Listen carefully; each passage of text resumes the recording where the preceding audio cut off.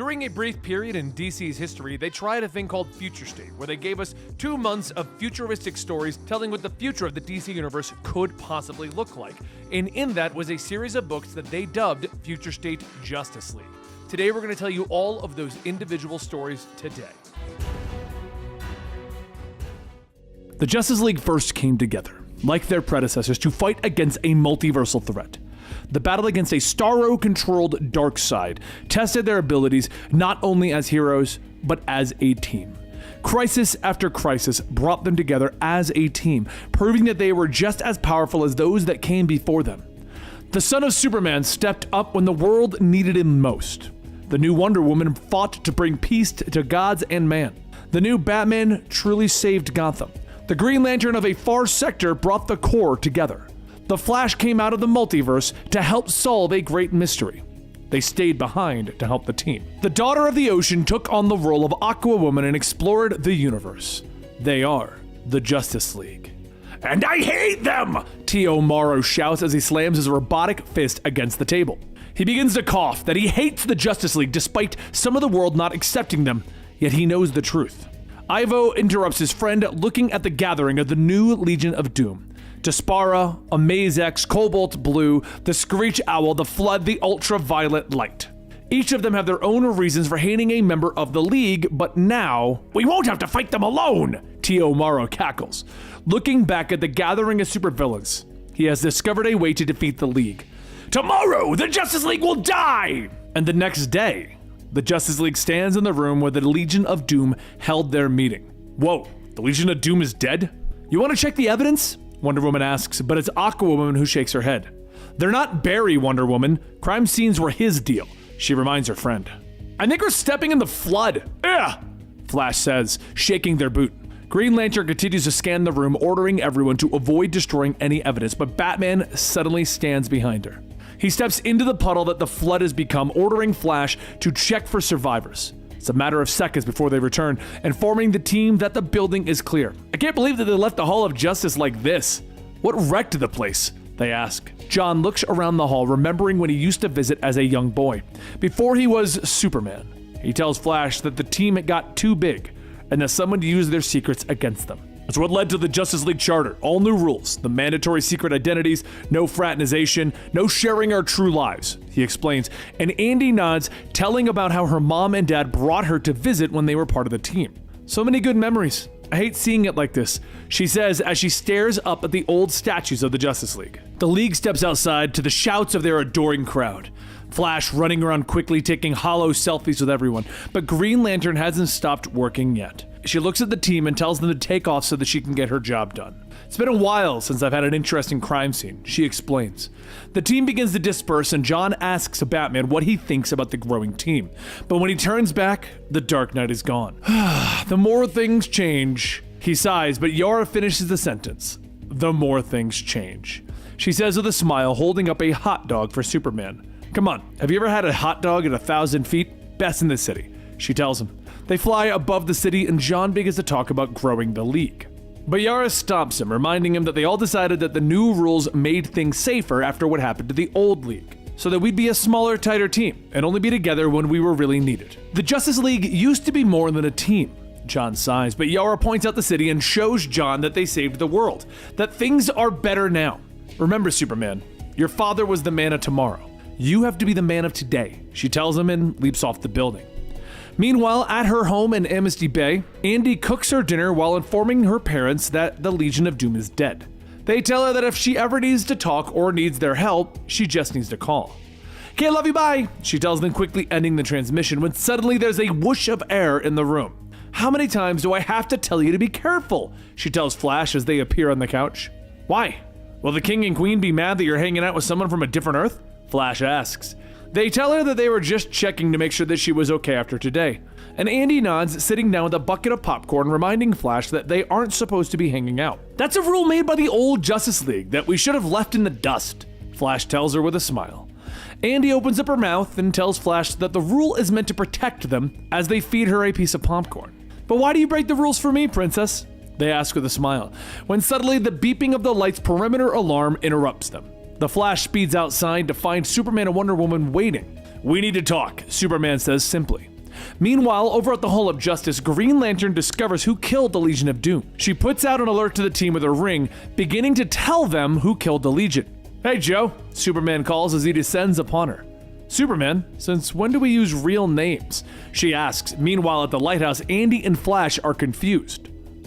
Green Lantern? What do you mean? Superman is here," Flash tells their teammate. Wonder Woman lashes out with a strange red energy and Flash suddenly disappears. Andy hesitates for a second before attacking her two teammates. She lashes out at Wonder Woman with a water-bending power before leaping into the air at Superman. "My gauntlets were forged in the depths of the trench. It can even cut your skin, Superman."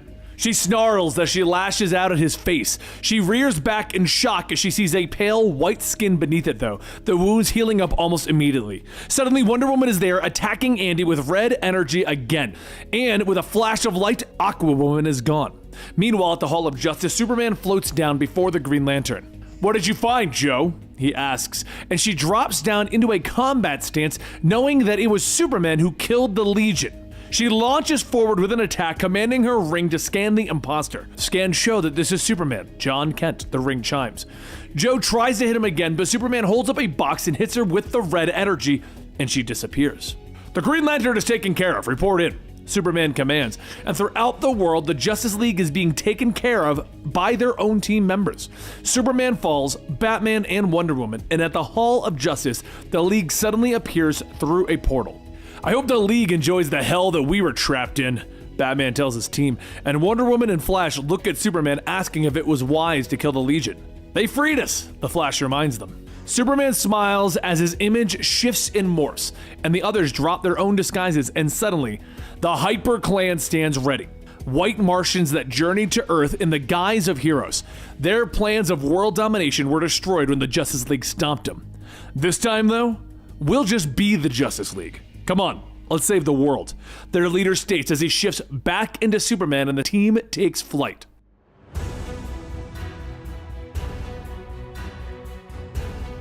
With the White Martians taking the roles of the newest Justice League, they make their presence known by aggressively acting out as heroes. Each one taking on the traits of their counterparts, but with a little more force.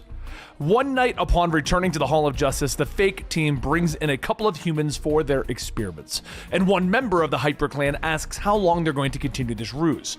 Their moves are becoming increasingly risky. The leader of the clan, Protex, tells them that it doesn't matter.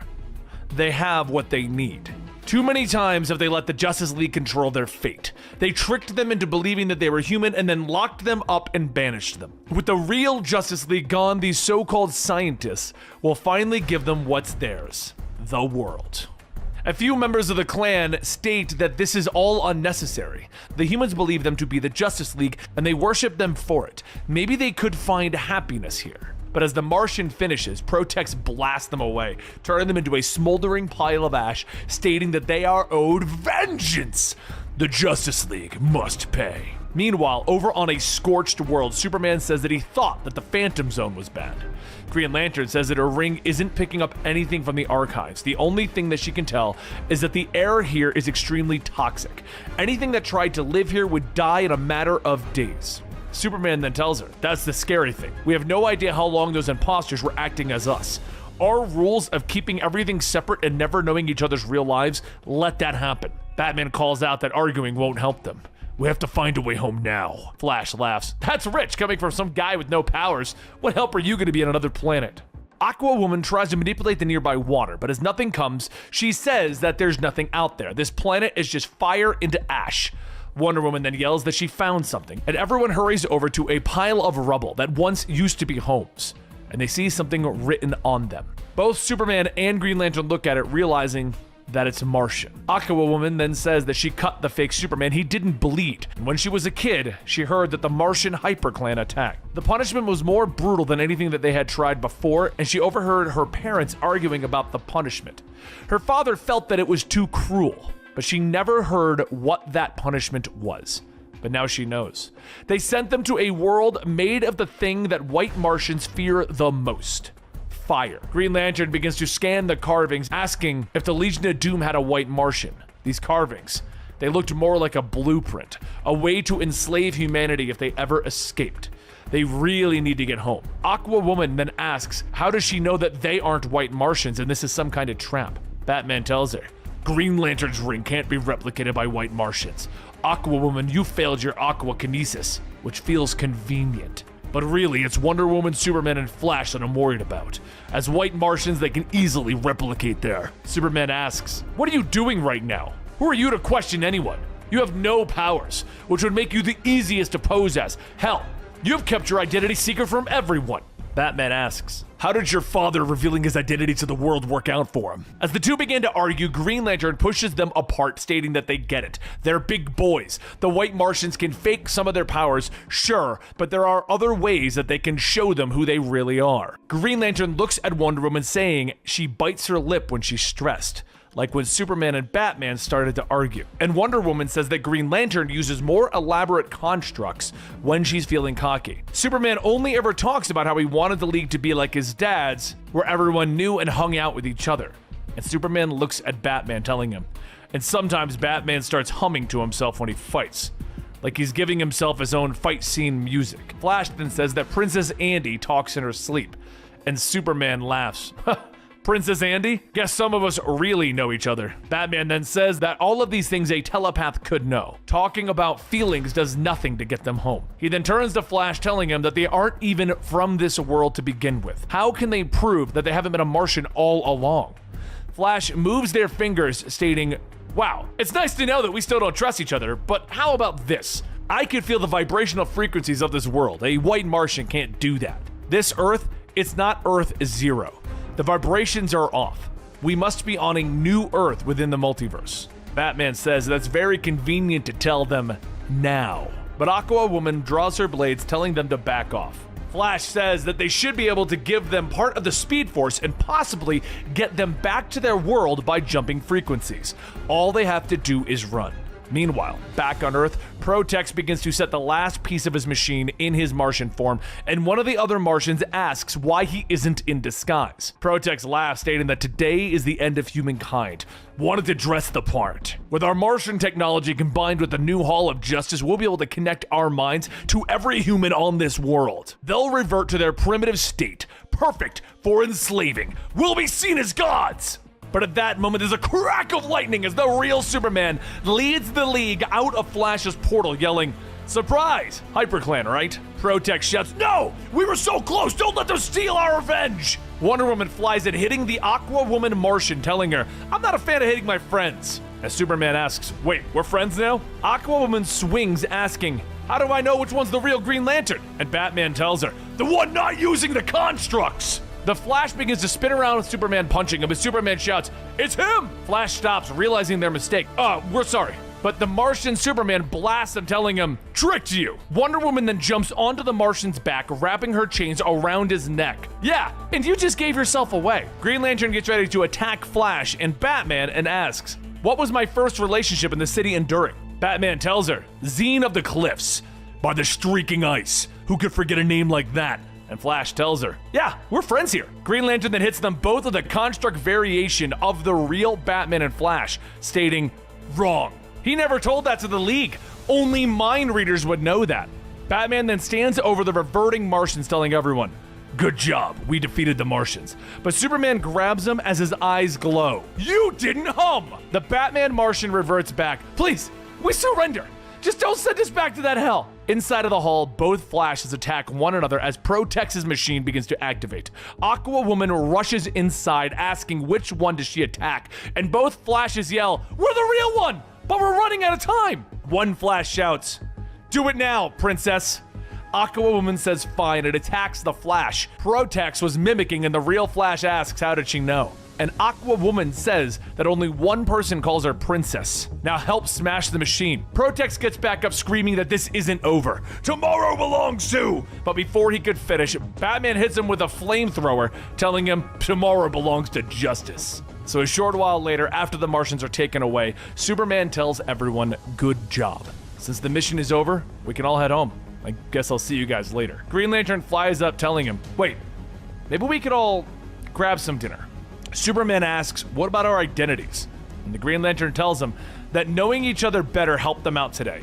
Maybe it's worth the risk. So a few months later, after rebuilding the wrecked Hall of Justice, Superman looks up at the statues of the old team. And Wonder Woman asks if he's ready. Superman tells her that he just has some butterflies. That's all. He's always wanted a Justice League like his dad's. And as the two walk into the conference room, Green Lantern tells them that they're late. Wonder Woman asks who made her leader, and she tells them when they all voted her to be the leader. Listen, we've all been through a lot together, and the old Justice League rules held us back. Batman removes his cowl. It's about time we made new rules. And Green Lantern says, exactly right. Now that we're all on the same page, let's get down to the first order of business. Who do we invite to our Justice League?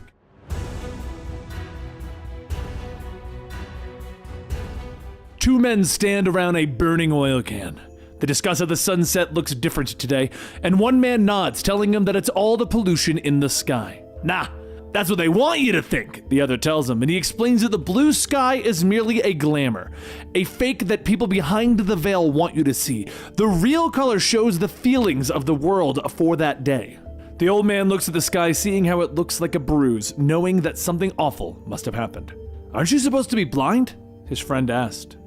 Elsewhere in the Mojave Desert, in the not-so-distant future, Bobo looks out over the landscape with Zatanna, reminding her that things are bad, that Merlin returned and draped the sky in glamour, that their team lost its way, but they step down from the hill and they look at the surroundings of the burned witches around them. This is really bad, he reminds her, as Zatanna nods, going over past events. Merlin took all magic. The Tower of Fate fell, Khaled disappeared while looking for a way to fix the helm. We resisted, we fought, we were betrayed, and we lost, and this is what it's like to lose. She tells him as she motions to the burned stakes. Zatanna sighs. She's long past fighting back at this point, but Bobo continues to look at the scene with his magnifying glass. He informs her that this is definitely Merlin's hunters. They've rounded up the prisoners and tied them to the stakes. Bobo keeps looking, finding footprints that indicate that the hunters were led by a knight, and he looks at the patterns of the burns. They burned them one at a time. Made the others watch, Bobo tells her, and Zatanna finally turns away. It was torture. They were interrogating the prisoners. That's why the knight was here, she tells him. And she looks around wondering what they're looking for, but stops short when she sees the charred remains of Zuriel. How did he let himself be caught? How did they burn an angel? Bobo gasps. And Zatanna turns back to Bobo, telling him that the demons should see this. Bobo argues for a minute, but finally begins the spell to release him. Gone, gone the Simian, rise the demon Etrigan, he chants. In a burst of flames, the chimp is replaced by the Duke of Hell. Etrigan curses, reminding the magician that he hates being summoned, but he pauses when he looks up at the charred remains of the angel. Great foes, angels and demons, are you not? Does it bring you joy to see him like this? Zatanna asks as Etrigan hangs his head. She points to their dead friend, reminding Etrigan that this is the price of his betrayal. Etrigan looks at the palm of Zuriel's hand, finding an amulet clutched there. Zatanna is shocked, wondering who would be reckless enough to deal in magical items with Merlin's hunters around. I know of one so naive, Etrigan rumbles. Zatanna looks at him. She doesn't know why he turned his back on them. The least you can do is show me where this all came from. The door chimes at the relics and riches. Rory Reagan steps from the back, yelling that they are closed, and he stops short when he sees Zatanna and the demon. You're safe! You have no idea how glad I am to see you, Zatanna shouts as she rushes forward to hug the man, and Rory tells her that he's been laying low, and this used to be his father's shop, but he stops short, pointing at Etrigan. What's he doing here? With everything you've done? You've got some nerve showing up here, he snaps. The demon holds up the amulet, reminding Rory that if he can follow the scent of magic here, so can Merlin's hunters. Rory sighs and explains that he tried to tell them that it would get them killed. Why wouldn't they listen, Rory? Who did you sell this to? Zatanna asks. Rory goes back behind the counter, telling her that he's had several random conjurers show up. There's a few big hitters. Zuriel and John were working together. He explains as Zatanna is shocked to hear John Constantine's name, and Rory explains that he wouldn't tell him what was going on. But I'm no fool. I know what they were doing, Z. He tells her as he pulls out a map. He shows her the map and explains that they were planning on casting a cloaking spell. She asks if he knows where they were planning to cast it, and he points out a place on the map. I'd probably put it somewhere around here, he explains, and suddenly Etrigan interrupts him as he peers out the window. Shh, hearken and keep to the shadows, you boots. We've lingered and now there are dogs at the doors, he whispers. The sound of banging can be heard at the door as Merlin's hunters order Rory to open up. They know that the back door will be covered, so Zatanna turns to Etrigan and tells him that they could fight if he'll help. I cannot stand against Merlin's foes, he explains, and Rory gets angry that Etrigan still won't help them, but the demon explains that he made a pact, a contract.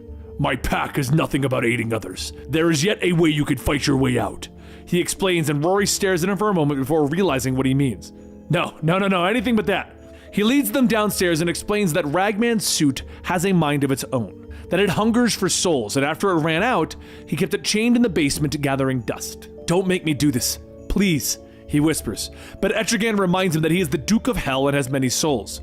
He offers them to Rory, telling the Ragman that it should be enough to get them out of the fight. I cannot be seen fighting alongside you, so I leave. Do not summon me again. Etrigan rumbles at them before he disappears. The hunters outside hear voices from inside, and suddenly the front of the store explodes outward as a Ragman leaps among them. The demon's souls make it truly a monster as he smashes and destroys the many hunters. They retreat in fear, trying to pin down the beast with their magical attacks. What kind of a soul did Etrigan give Ragman? Bobo questions. A very large and angry one, it would seem. Zatanna notes, and Z casts a spell, causing the ground to rumble beneath the hunter's feet. She turns to Bobo, ordering the chimp to open up the portal with his sword. Ragman, we're leaving, she shouts, and the monster tears through the hunters to get to her. As Bobo opens up the portal, Z tells him to get close to the east side of Vegas. And later, the trio stand on a rooftop, unable to find anything. Maybe I got it wrong. I suppose I could have made a mistake, Rory tells them, but suddenly a light flickers to life from the shadows. A mistake you made, Squire? Was not taking my advice in the first place. I told you to leave it alone, didn't I? John says as he steps out, revealing the scar on his face, and he smiles to Z, exchanging pleasantries. Bobo steps up, asking if John is building a safe haven with his cloaking device. Safe haven? Is that what you think this is? John asks, as he leads them through the slums, explaining that they are merely trying to buy themselves some time. Who's we? Zatanna asks him, and John leads them into a bar, revealing Madame Xanadu. We've been following her cards. They asked us to hide someone here, but lately, that's all they say. Who, John? Who are you hiding? Z continues to ask, and John pours himself a drink and points to the old blind man sitting outside. Are you serious? You've been watching over him? Z asks in anger, and Xanadu finally speaks, reminding Zatanna that the cards are never wrong. Protect the old man at all costs, they whisper. Over and over, she tells her. And she draws the cards again, and John looks up in shock. They changed. You picked up a different card. He gasps as he looks at the devil card. The group begin to question what that means, but it's Bobo who sighs. I hate this part, he tells them, and in a moment Etrigan appeared once again, cursing as he steps into the rain. Where is this old man you wish me to look upon? The old man is standing in the rain, holding a cup of coffee, and he opens it slightly, revealing what's inside to be glowing. I have looked into my coffee cup, and it has shown me this moment. I am supposed to meet you here at this hour, the old man says shakily. Etrigan stares for a moment before revealing that the old man is covered in a glamour that only a demon can see through. Etrigan rears back, breathing hellfire all over the old man, and the visage of the old man begins to melt away, revealing the truth before them. My God! Xanadu exclaims, and Khaled stands there apologizing for his deception. He explains that he had to remain hidden from Merlin and that only Etrigan could reveal the truth. So I could tell you about Jason Blood, he tells them, and he puts on the helm of fate. So listen carefully to my story before we make our final stand, and I will tell you of the future that I saw and how we may change it.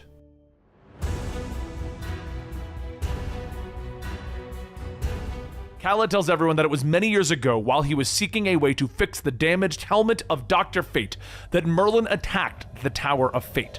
Like all the other magical anchors of the world, it too fell, but without Nabu's voice guiding him, resistance was futile. He thought that maybe going to the tomb Kent Nelson found, he might get some answers. He might even find Nabu. But what he found was not Nabu. It's where he met her, Huhet. She said that she could mend the helmet, but because she was far older and less naive, there would be a cost. Altered by Huhet's touch, the helmet burned into his mind visions of the future yet to be. He watched as Merlin used the Tower of Fate to cast a glamour upon the entire world, a spell to hide himself and his actions. He watched Merlin recruit his knights and bend the magic's untamed will to his own, honing it into a weapon. He watched the cleaving of the two, the human and the demon race once joined to a violent purpose, parted by violence in turn. He knows why Etrigan won't fight, because there would be consequences that would fall onto Jason Blood. But really the truth is, Merlin destroyed their friend. Jason Blood is no more. Etrigan shouts, "No, you lie! You have battles to fight and villains to foil, but untruths you set my blood to boil." Khaled says that he has done his part. He turned himself into an old man, kept his spell a secret even from himself, just to reveal this truth here and now. Jason Blood is gone, he is lost, perhaps, but he is still here. Merlin fears him, the last remnant of Hell's power on Earth. So Merlin found a way to take that courage away. But now there is a choice to make. Keep walking down this road out of Cardboard Town, or turn back and confront all that has happened. Khaled places the helmet back on, stating that whatever he chooses, know that they are all that stands against Merlin's wolves, and that they are already at war. As Khaled leaves, Etrigan scoffs, telling him, "Humph, now, Chip. I can hear you disapproving in there." Inside, Bobo asks if he's really going to walk away from it all. Take the easy way out. Enough with this damn moping. Fate just said that Jason Blood was dead. It's difficult to take, sure, but we've all got friends out there fighting. So if he keeps walking down this path, they're going to have some problems. Etrigan asks if he really thinks that he'd win in a fight, and Bobo tells him of course not. But it's never stopped him before. Meanwhile, elsewhere, Zatanna and Ragman fend off Merlin's hunters as Constantine and Xanadu try to rescue as many people as they can. But just as things started to look good for the heroes, there's a thundering boom as Merlin's circle appears in the sky. Along the ground, Khaled struggles getting up, and one of Merlin's knights asks what he was thinking. He should have known the moment that he came out of hiding that they'd come for him. The helmet was the last piece of Merlin's puzzle. He should have known that he couldn't run forever. Khaled gets up, telling him that he knows more than she thinks, Enchantress, and that there's a difference between hiding and waiting. Enchantress removes her helmet, asking what could he possibly be waiting for, and at that moment, Ragman clears a path, breathing fire down as Constantine and Zatanna walk up. Enchantress asks if this is what they've been waiting for. "Don't you see what Merlin's order has brought to us?" And Constantine tells her that it's just a glamour that he cast so that people would never see the burning in the cages. Enchantress scoffs, telling Zatanna that they are very much the same. "Why stand opposed, Zatanna?" Zatanna winces, stating that she had a friend once. She could have been many things. A warrior, a god, a witch, a queen, but she chose to be herself. If she is here, then she'd say that even the gods are jealous of the mortals, because even though they may live in pain, they die free. Enchantress asks, "So you wish to die free? That can be arranged!" Suddenly, there's another earth-shaking explosion, and lightning begins to strike all of our heroes. Khaled falls to his knees, and Enchantress begins to remove his helmet. And as he screams in pain, something rockets by, knocking her with enough force to throw her down and lose control of her spell. She looks over to see a shadow, and Etrigan steps forward, shouting, "Rise, the demon Etrigan!" He then jumps down, slamming his fist into Enchantress, stating, "Come from on high, a wizard to lay claim over magic from this earthly well. The coward, he sought this fury to tame, only to be foiled by a demon from hell!" As Etrigan savagely punches Enchantress over and over, he picks up her lifeless body, screaming to Merlin, "The fires and beasts of hell hath woken, all between us now cindered and broken. Your champions, they tremble at my feet. Do you see? Come out, you coward, I say unto..." But then an angel's sword shoots through the air and into Etrigan's chest. Up atop a building, Merlin stands with a knight, stating that he was wondering when the covenant would be broken. Etrigan says, "Fair words from a forked-tongue oath-breaker. 'Twas you that killed Jason Blood, Forsaker." As the knight jumps down, Merlin asks, "Killed? Why, I've been nothing but kind to Jason. Why not ask him yourself, Etrigan?" Etrigan looks at the knight walking forward. "Jason?" The knight rips the sword out of Etrigan and removes his helmet. It is Jason Blood, and he states, "Look at you. Pathetic, all of you.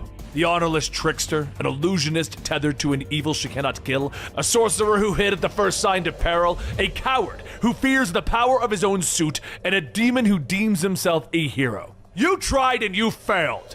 How long did you flounder through the absurdity and whimsy of magic? It has been brought to order under Merlin. He has accomplished all that the Justice League Dark could not. For once, I was offered a choice to be at his right side, so friend, do you yield? Etrigan laughs, telling him, what bitter joy it is that Merlin's machine has found a cog, but demon's blood runs deep. It'd rather die in hellfire than live like a dog! Merlin tells Jason to give the demon what he wishes, and Jason lifts his sword, telling him, very well! As the sword comes down, there's a loud cracker as Khaled shields Etrigan from the strike. Jason steps back and Khaled looks up asking Merlin, shall we have a bargain then? Jason brings his sword up, telling him, you have nothing to offer, but Merlin stops him. Let the good doctor speak. Khaled stands up, telling him, you will spare me. You will spare all of us. And Merlin asks, why would I do that? Khaled tells him, the helm. This is what you wanted. The one thing that you cannot have, the power to look into the future. But you know that you just can't use it. Otherwise, you wouldn't bargain for something you could just take. Merlin laughs. It would seem that you aren't fools. Khaled goes on telling him, if you spare everyone here, then you can have me as your personal oracle. Etrigan tells Khaled to wait, but Khaled kneels down, telling him that this is the only way. This is why he had to lie about Jason Blood. This is what he was waiting for, this choice. When Hewett restored the helm, he didn't just see one future, he saw them all. He lived them all. Some short, some eternally long. That is the price that he paid. There is only one future in which they win, and this is not one of them. But you are a demon of hell, and you perceive time differently from the rest of us. So remember, past actions may yet be influenced by the future that you have seen. Khaled then stands up, telling him, freedom for freedom is fair trade. John, it matters, everything we do. Rory, you will rise above your own powers and see you have brought us together, even in this dark hour. We would have been lost without you to lead us. Diana believed in you. I do too. When you doubt yourself, remember, where there is magic, there is always hope. And as Khaled finishes, everyone watches as he turns his back and walks through a portal, following Merlin.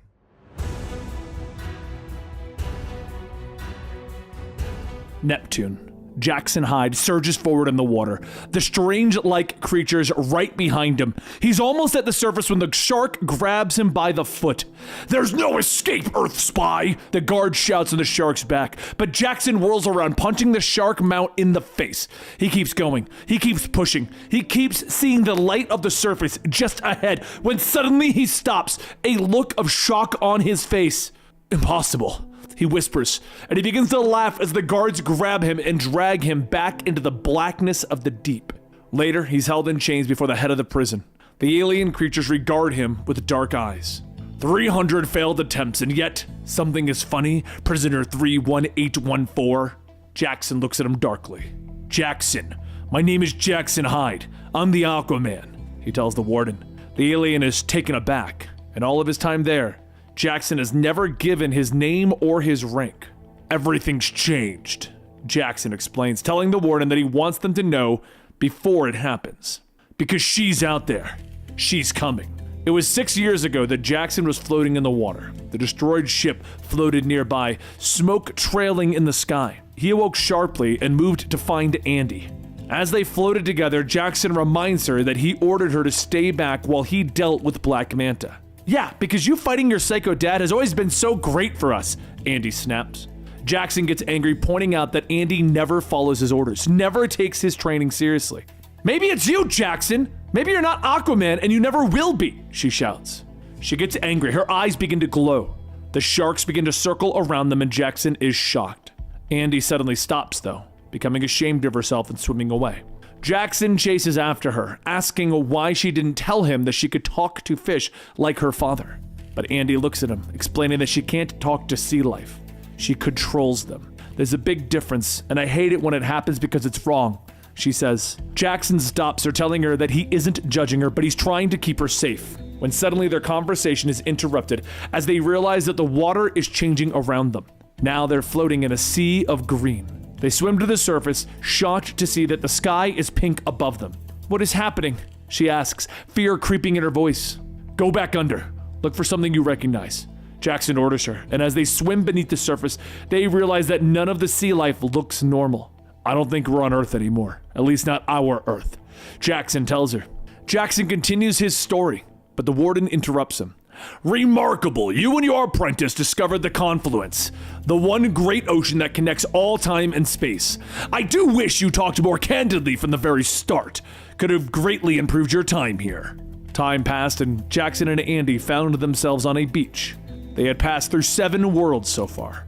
Getting caught between dimensions of whatever, it's pretty common for people like us. If you haven't been through this at least once, they don't even let you in the Justice League, Jackson tells her as they watch the sunset. Liar, Andy says with a snort of laughter. That's what I heard. Andy and Jackson travel from world to world. They helped people wherever they could, but they had no way of knowing that the great oceans were protected by the same beast. They swam faster, but it didn't matter. The great monster lunged out of the water, tentacles swirling around them, grabbing both of our heroes. They both became tired, and Andy yelled for Jackson. Paralytic! Something in the tentacles! He gasped, and he hit the beast with an electrical shock, forcing it to let him go. He began to fall, but he managed to grab a hold of Andy's leg. He sent another shock through her and the monster, causing Andy to scream in pain, but the massive tentacle refused to let go this time. Let her go! Let her go! He screamed out in rage, tears filling her eyes as she tells Jackson that she's not going to make it. Water foaming from her hand, creating a powerful knife. No, don't you dare! Jackson yelled at her, but she slashed it downward, cutting off her own leg, sending Jackson plummeting to the waters below. As Jackson finished his story, the warden looked at him, and he explained that they're an advanced society, and that if Jackson had been more forthcoming with his story from the beginning, they could have helped him forget this trauma that has plagued him for years. Nothing is going to happen here. Our security is absolute. Our controls are unmatched. They've always have been. Let us help you, the warden tells him. Jackson nods, admitting that he finally figured it out. And he makes a fist, flexing his muscles, pulling at the chains that hold him. He's been in shock this whole time, deep trauma affecting him mentally, physically, and he thought that he had failed Arthur and Mara, that they had lost their daughter, that they had let Andy die. Your control, these restraints, they're designed for how strong you think I am, how strong I showed you I was for a long time. If she survived, then I kept my promise to her parents. I gave her everything that I had, everything that she needed to survive, and now she's given it right back. He snarls at the warden, ripping against his restraints, pulling them from the ground as his tattoos begin to glow. He whips the chains around, knocking the guards easily, and he leaps forward, smashing his fist against the warden's throne. Wait, is she here? The warden demands, frightened, and the image of almost reaching the surface fills Jackson's mind. Aquawoman lives, the words spelled out. And as the guards fill the room, Jackson takes the coral that he had ripped from the warden's throne. Magic swells, creating watery blades out of it. She is. Come on now. Not polite to keep her waiting, he tells the warden as he begins to stride towards the guards that have floated into the room.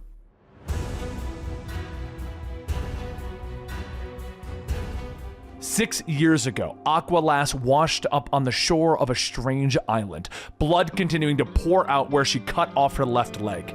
Memories of her and Jackson fighting against the great beast begin to fill her mind, and suddenly she hears a voice. Hello? Excuse me? The voice sings to her. She awakens to crawl away from the water, but the voice continues. All this blood, do you need all this blood?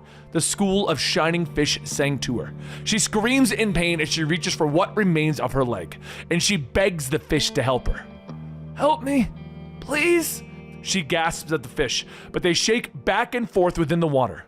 We cannot yet. Not without discussions with our headmaster. Glimmerfish deliberations will last no longer than 6 of your months, they tell her, but Andy begins to cry, demanding that the fish help her. Help me! You have to help me! She screams, her powers lashing out, compelling the glimmerfish to aid her.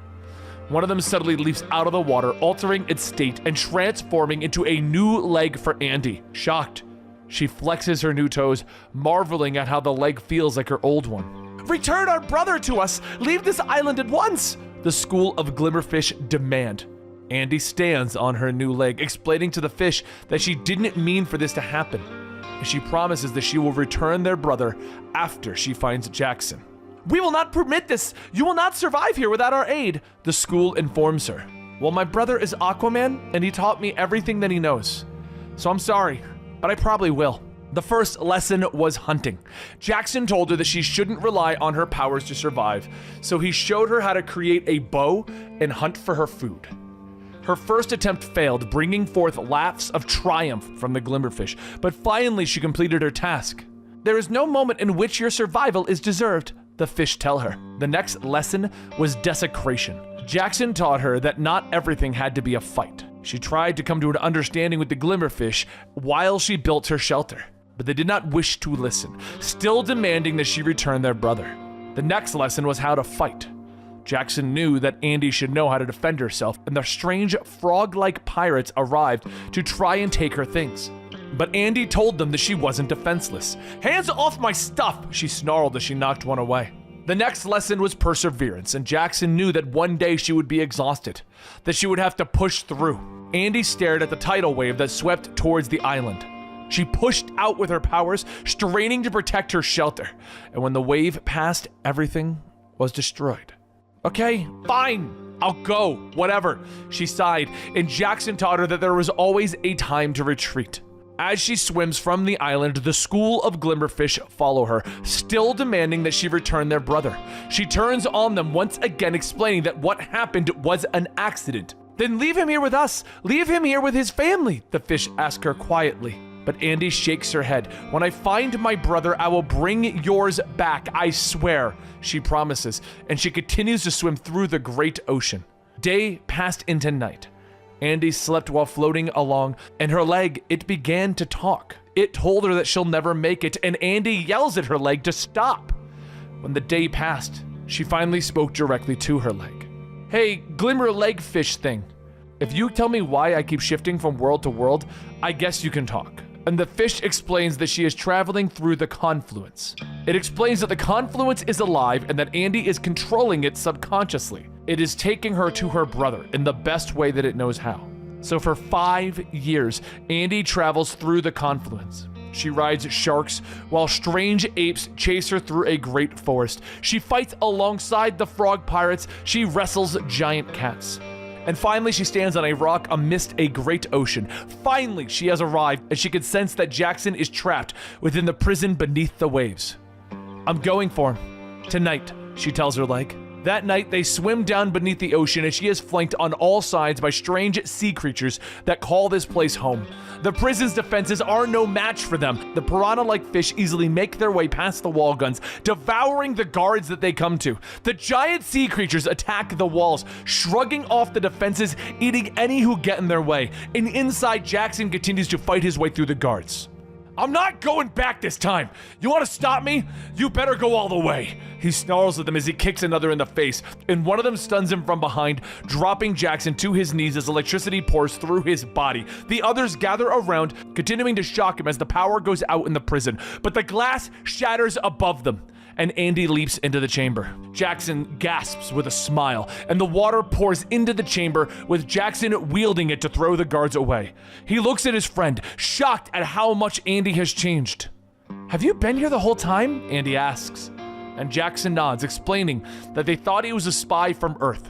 Anger fills Andy as she launches herself at the guards. "I'll kill every last one of you!" she bellows, hitting them hard, cracking their armor with the pure rage of her assault, and she throws one to the ground, hitting him again and again until her fists are coated in their green blood. Finally, Jackson stops her, reminding her that this isn't their way. He ducks another attack, telling her that they only take what the two can give them. "So we give them nothing. Break them all the way down and leave them alive so that they remember who did it," he tells her as he grabs the guard's spear, twirling it, knocking the guard out in one move. Finally, the two break free of this prison, swimming towards the surface, and the sunlight shines upon them. Andy is still enraged, but Jackson finally gets through to her. "Hey, I'm out. They can't follow. It's over. Let them go," he says gently, motioning to the sea creatures that still surround them. Andy's eyes go wide, realizing what she's been doing, and she releases her hold on the creatures, and they slowly swim away. Jackson rubs his neck, smiling at her. Okay. That was some save, partner," he begins, and she begins to cry. Jackson swims to her, pulling her into a hug, promising that they will find a way home. "We won't lose each other again," he promises, and he looks at her, reminding her about what he said about dimension hopping and fighting otherworldly creatures. "That's how you make the Justice League." He smiles, and Andy wipes away a tear. Liar, she sniffs. That's what I heard, he promises.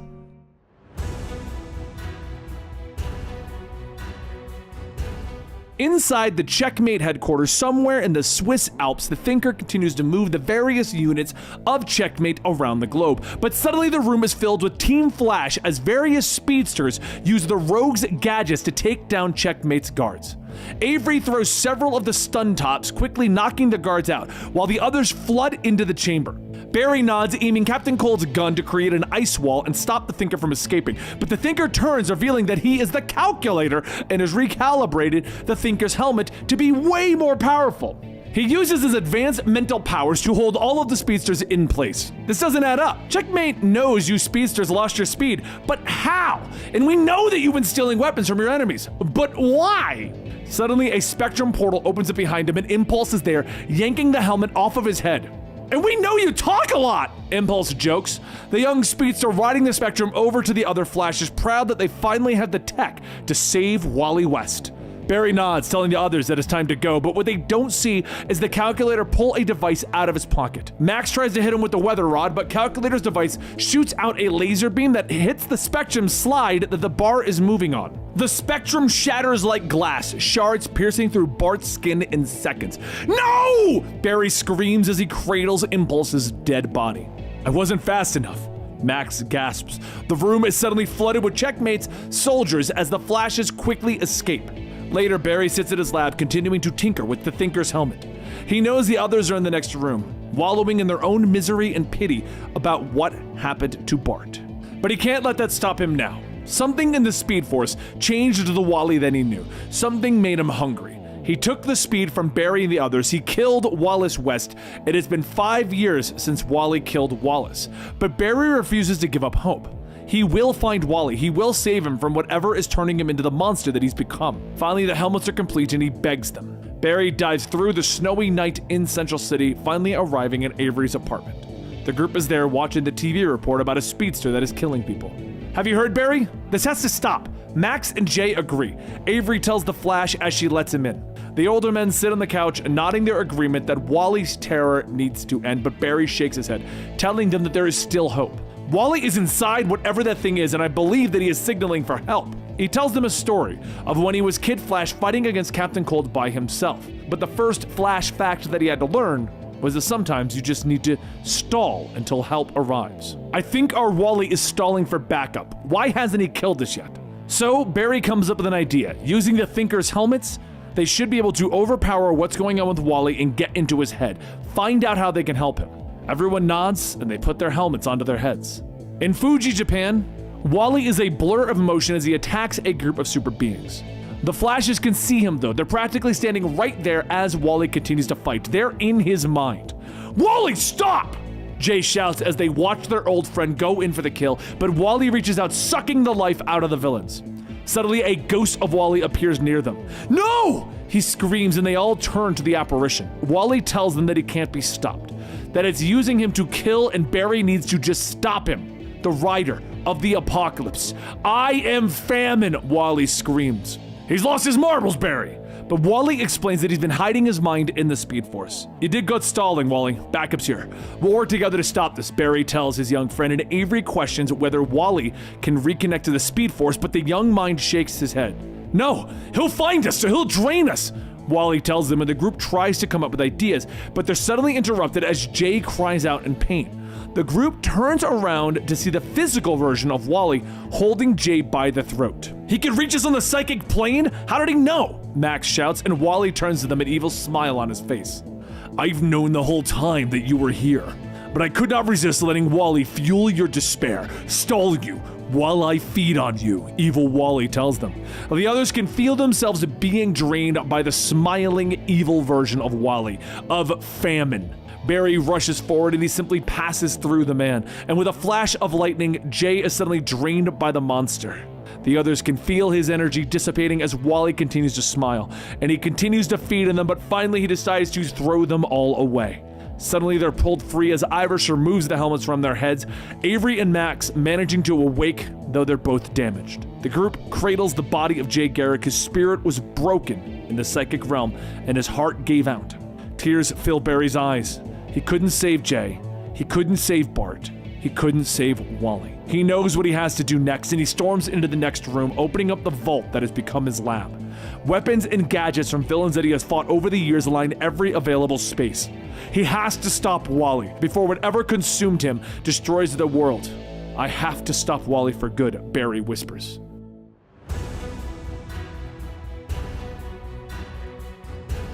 In the ruins of the Flash Museum, Barry Allen works tirelessly on his next plan. It's been 2 months since Wally murdered Jay, and with everything else that's been happening, it felt like years. But he stands strong. Even as war, disease, and starvation run rampant across the globe, he must focus on the work that must be done. However, the question remains.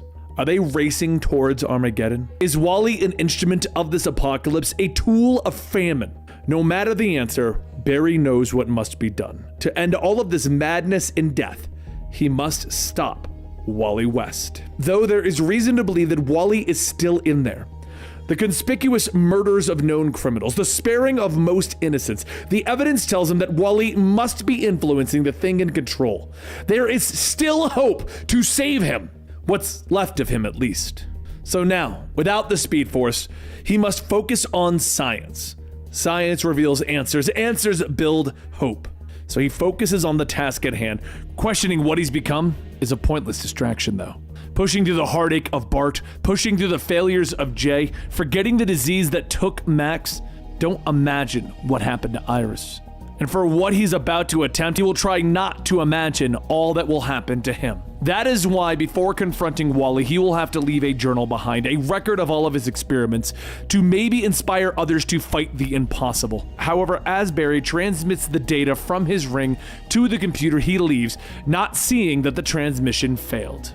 This battle isn't like any that he has had to face before. There is no stalling for time or waiting for backup. No wearing the opponent down. Whatever's gotten into Wally, he is battling it alone. His own science versus the speed. Just focus on the science. Science reveals answers, answers build hope, and hope is power. Equipped with the tech of dozens of his enemies, Barry steps out to lure Wally. The thinking cap should, but before he can even finish his thought, Barry feels the cap taken off of his head. Wally holds the cap, telling him that they don't need this to sense all of those vile urges inside of his head. What is this? Armed with weapons of those that he fought against? It is a sad day when a mentor, an icon, falls so far from his own standards. Because clearly, whatever he has planned for them, whatever he becomes, it is positively vicious. Barry tells himself to focus on the science. The science will reveal the answers. So he quickly grabs a boomerang and throws. And as he steps back into the air with Trickster's flying shoes, Wally grabs him, telling him, "Nice try!" However, this is what Barry wanted. The modified weather wand tips activate, absorbing Wally's Speed Force energy into the reverse generator, creating a negative Speed Force energy. Barry releases the energy, stunning Wally just long enough that the boomerang returns, slapping Wally's neck. The inhibitor collar keeps Wally in place so that the Prisma goggles can cleanly cut through Wally's legs. Barry says that he's sorry, but suddenly the body vibrates into nothing, and Wally speeds by, telling him that that was just horrifying. That Wally was a Speed Force duplicate, but that did hurt. It would seem that you're not the successful supervillain that you had hoped to be. This is it. It shows itself. The flute's hypnotic waves are making it angry, and it's about to get a lot angrier. Barry activates Mirror Tech Duplicator, sending out dozens of copies, all to keep Wally occupied, and next up is the Still Force. It passes through the duplicates, but severely slows Wally down. He could end this, but he has to try one last time, one last attempt to separate Wally from this thing. Barry calls out to him, asking if he's there. If he is, listen, we can fight this thing together, Wally. Remember all the stuff that we have overcome together. And through a brief moment, Wally asks, why is he doing this? Why is he killing him? Barry says that he's only trying to stop the thing inside, and Wally yells that he is weakening him too. Wally staggers forward, stating that they need help. They need magic, Xanadu, Constantine, anyone. And Barry pauses for a moment and then blasts Wally with Cold's freeze gun. Wally would never ask to endanger anyone else after what he did to Jay. The twisted Wally vibrates, melting the ice, telling him, "You're a clever man, but surely you must have known that ice wasn't going to stop me. What were you hoping to have happen next?" Barry says that he was hoping to stop him by stopping Wally. Suddenly, Wally's body tenses up and he asks what is happening. Barry tells him that the fuel in the ice gun was modified. He just inhaled it by melting the ice. The ice that he ingested contained a genetically altered form of Wally's DNA. The re-engineered DNA is now propagating throughout his body with speed force velocity, changing him and destroying the skeletal muscles, eliminating his abilities to run. Now get the hell out of Wally! As Wally's body falls to the ground, a creature steps out stating, "Now that is something to savor. For this moment where you burned your dreams for Wally with the nightmare of silence. For this moment when you realize the sacrifice. I am Famine! For it is the famine of hope itself that gives me life and purpose. But never have I been more sated than the starving of boundless hopes as so many invest into this Wallace West. And in you." Barry slowly begins to put it together. Famine isn't feeding on the physical, he is feeding on Barry's hope. And he's been with him all along. Jay, Max, Avery, that's what Wally was trying to say when they were in Wally's mind. Wally looks up at Barry asking why. And Barry says that he has failed him. He is so sorry. Famine yells that it is so intoxicating. The taste of your despair and the dying of Wally's final hopes with you. Barry says that he sought to save Wally, but he has brought war to his enemies to do it. He had planned to stop him, but he only starved everyone and led them to death's door. He tried to save the world by bringing a pestilence to Wally. War, famine, pestilence, and death are within him. These are the voices within them all. And he will still fight. He will fight for Wally. He will fight for everyone. Because despite the horrors spawned by his best intentions, in spite of his indulgence of the worst within himself, he will not succumb. Famine laughs, telling him that that is such a beautifully tragic poem. His endless capacity to build the hopes from which he will fall transcends the divine. And it proves your worth, because your hope will die infinite depths between your heart and mind. Then Barry hears a voice, and Wally says sorry. As Famine merges back into Wally's body, he says that the science and faith has no power here, but please don't stop fighting back. They just use the speed force to push him a moment outside of time, and he will walk this world as an immortal ghost, an incorporeal witness as death throes are devoured. It is in their delicious natures to feed him with despair, just as it's Barry Allen's nature to replenish hope, no matter the setback. He'll just keep running. And as Barry's body fades into the wind, his ring falls to the ground. And after some time, a hand reaches out and Cybeast radios to Starfire that they lost Barry Allen, though he has intel on the Riders. Barry's ring is loaded with data. Barry may have just given them a fighting chance for a better tomorrow. And there you have it, today's full story. I hope you guys enjoyed, and don't forget to like, subscribe, and hit that notification bell right here on this channel, as it will only ever be receiving full stories from the other channel. And if you want to see the videos as they come out, make sure you go check out the Comicstorian main channel, where you get 5 days of videos a week. I'll see you next time.